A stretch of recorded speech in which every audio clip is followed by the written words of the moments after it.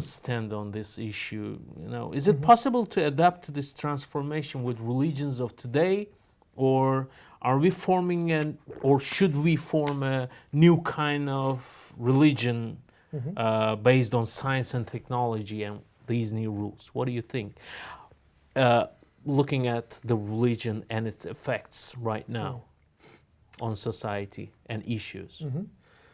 Well, looking first at traditional religions like Christianity and Judaism and Islam and Hinduism and so forth, they could have a positive contribution to the questions that we are facing today if they adapt to the new realities of the 21st century. And this is not impossible because religions keep changing all the time. Fundamentalists tend to think that religions are eternal, or at least my religion is eternal. It never changed. That Judaism did not change at all since the times of the Bible, that Islam didn't change at all since the time of Muhammad, and so forth. But from a historical perspective, this is not true.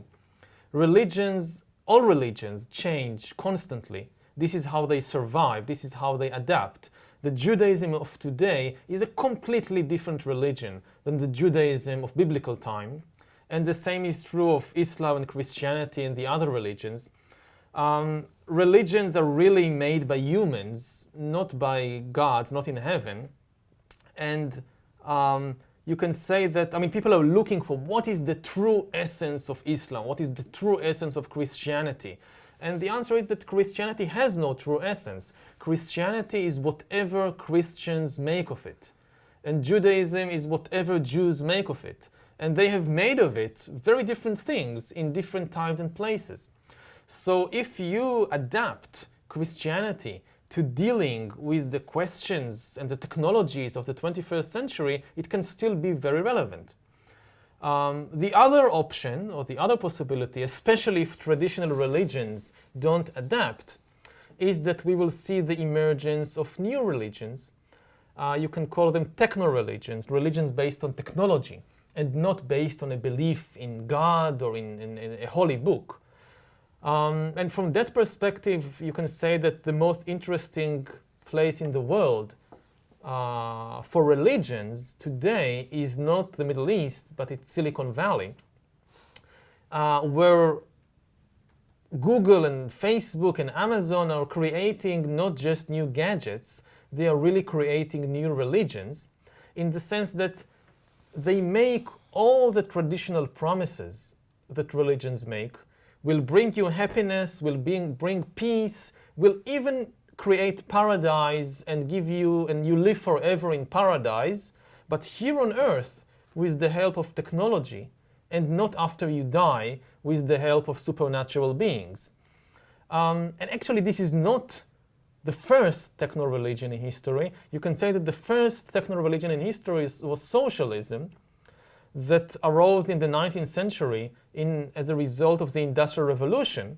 And you have Marx and Engels and later Lenin and Trotsky and so forth coming and saying, okay, forget about the Bible and all that.